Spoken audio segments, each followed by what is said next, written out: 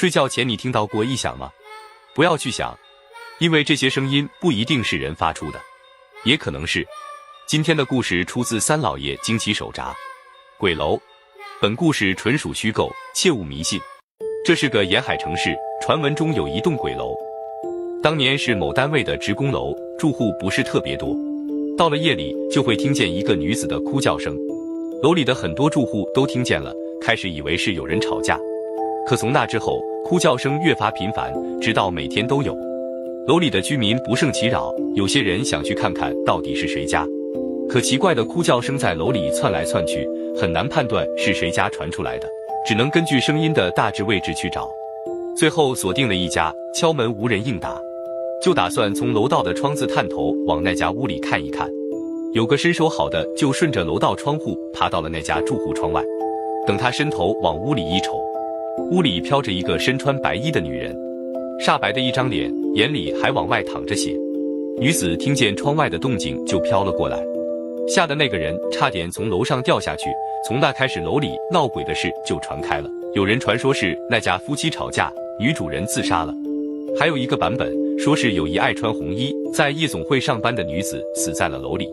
但别管白衣还是红衣，闹鬼是肯定的。有条件的就都搬走了，那时房价也不高。当然了，也有不愿意搬走的。有一对老两口无处可去，只能留下，却是怪事频发。到了晚上，电话不断响起，但是接起来却无人说话，电话那头只有沙沙声。老两口睡下后，电视会自动打开。最后所有人都搬离了那栋楼。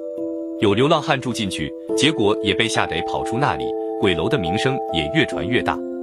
甚至传言，如果你晚上经过那里，一定不要抬头，因为不知道是谁在看着你。那栋楼闲置了好久，直到有一天，附近中学有个胆子大的体育老师不信邪，组织了几个胆子大的学生一块进去想破除谣言。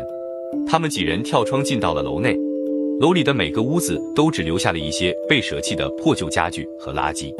随着不断深入，很快他们就陷入到了恐慌之中。在一间屋子里看见了穿红衣服的女人，但只是虚惊一场，他们看到的只是红色窗帘。当他们摸索着走到顶楼的时候，气氛再度紧张起来。他们在一间屋子里发现了一把椅子，放在屋子中间，看得出那间屋子久无人去，地上积起了厚厚的一层灰。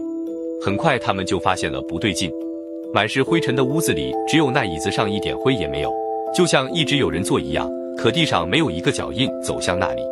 就在他们紧张的不行的时候，一袭红衣冲向了他们，众人惊吓之余转身就跑，女子并未追赶，只是停在了椅子后面，也不知在叨叨着什么。那栋楼被新闻媒体报道过，也上过一些神奇栏目，但最终都没有一个合理的解释。今天的故事到这里就结束了，感谢您的观看，我们明天再见。